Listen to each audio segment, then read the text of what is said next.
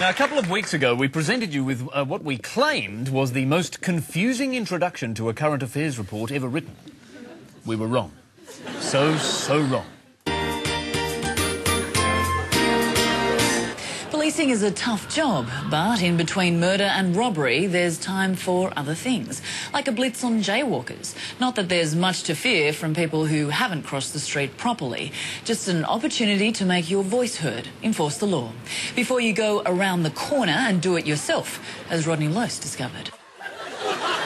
Confused? I certainly, Elephant. Now, to be fair, while that intro was very confusing, I do think that Anna has an excuse. We've obtained some vision from a secret camera behind Anna, and just look at this.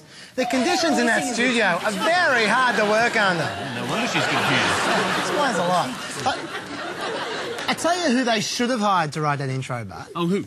Damien Murphy. Oh, Murphy. Now, Murphy knows that if you've got a confusing topic, you can explain it visually. And that makes it even more confusing. Now, under a normal loan, you take some of your income from over here and put it onto your loan account over here, keeping the rest for everyday expenses. Now, under line of credit, you put all of your income into your loan and then take back what you need to get you by each week. Just think about it. Throwing a few extra dollars onto your loan for a few extra days each month, only to take most of it back out again, means you're probably saving yourself a bit of interest, maybe $30 a month, but in the scheme of a $250,000 30-year borrowing, you've hardly made a dent at all. Well, hang on, I'm very confused now. It's OK, Andrea. Let me explain. Now, this pile represents the size of a normal person's brain, and this pile is Damien Murphy's brain. And every time you watch one of Damien Murphy's reports, you lose a significant portion of your brain. You see? There you go. Very clear. On to today's lesson now, the right attitude. Yes, now to be a great current affairs reporter, you've got to show a bit of attitude. Reporter Brady Halls, for example, has no attitude. Now, poor little Brady. He was told he had to do a story about a town where they found asbestos. Now, just compare the level of bravery between Brady Halls and the woman he's interviewing. This is very high-grade iron ore up there.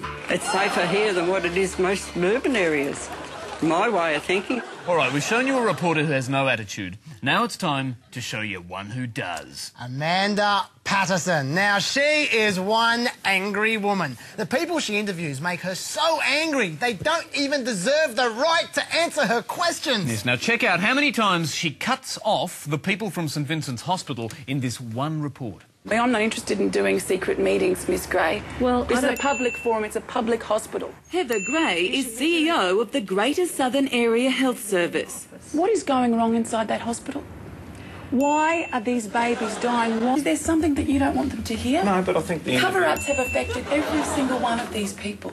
Don't they have the right to listen to what you have to say? Would your behaviour be different if the cameras weren't rolling? Dr McGurr and his PR man didn't want to know.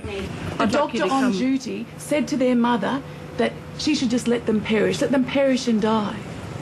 Thank you. That doctor, these mums and dads had questions and they wanted answers. Well, they won't be getting answers if Amanda Patterson's the reporter. No, but not all reports are about confrontation. Some reports, for instance, are about sick kids and they require a sensitive, sympathetic attitude. Yes, right. This boy has an awful illness which makes him black out and he falls over literally every few minutes. It's a terrible disorder, which is why it was so heartwarming to see Today Tonight choose such poignant music to accompany the boy's story.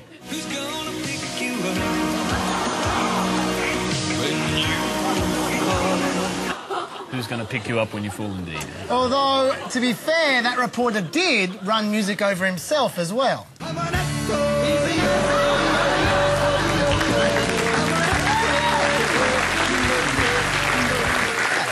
Evens out. Look, then there are the more light-hearted stories where the reporter needs a bit of charm. For example, Today Tonight set up their cameras with some deal or no-deal home viewers who are about to win $200,000.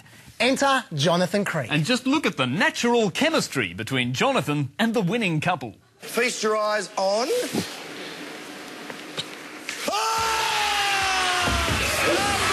Mate! Hold on, you've got $200,000.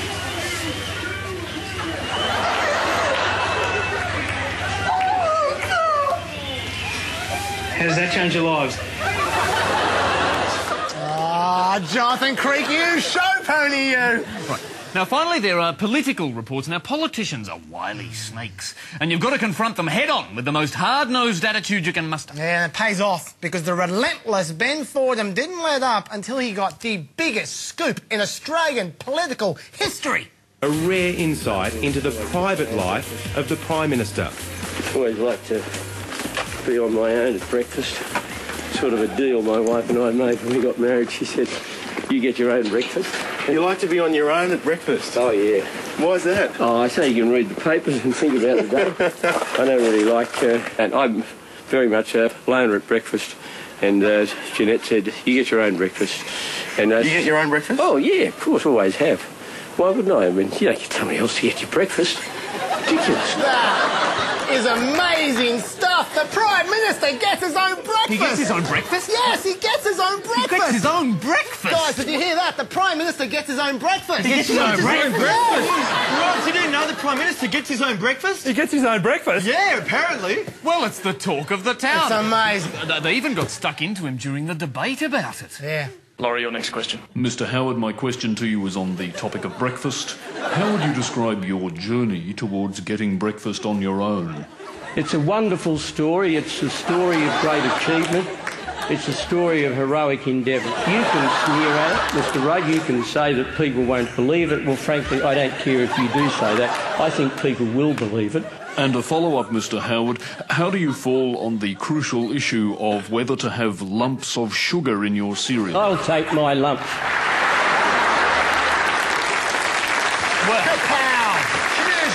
Look, no. Now, it was a huge scoop from Fordham, I admit, but I don't like the way he went about getting it. That was a savage, underhanded ambush of Howard. That was a disgrace. It was a disgrace, and there is only one way to deal with someone who behaves like that: to confront them in the cut-them-off style of Amanda Patterson. Mr. Fordham! Mr. Fordham! How can you speak to an innocent Prime Minister about breakfast like that? Where's it going to end, Mr. Fordham? Lunch? Dinner? Spare a thought for the breakfast, Mr. Fordham. How many innocent Prime Ministers have to suffer because of you? When we approached Ben Fordham, we were met with a guilty silence. Why aren't you answering our questions? Tell me, what have you got to hide? Is this a cover-up, Mr. Fordham? Don't speak over us while we're interrupting you. Huh? Oh, hi, Brady.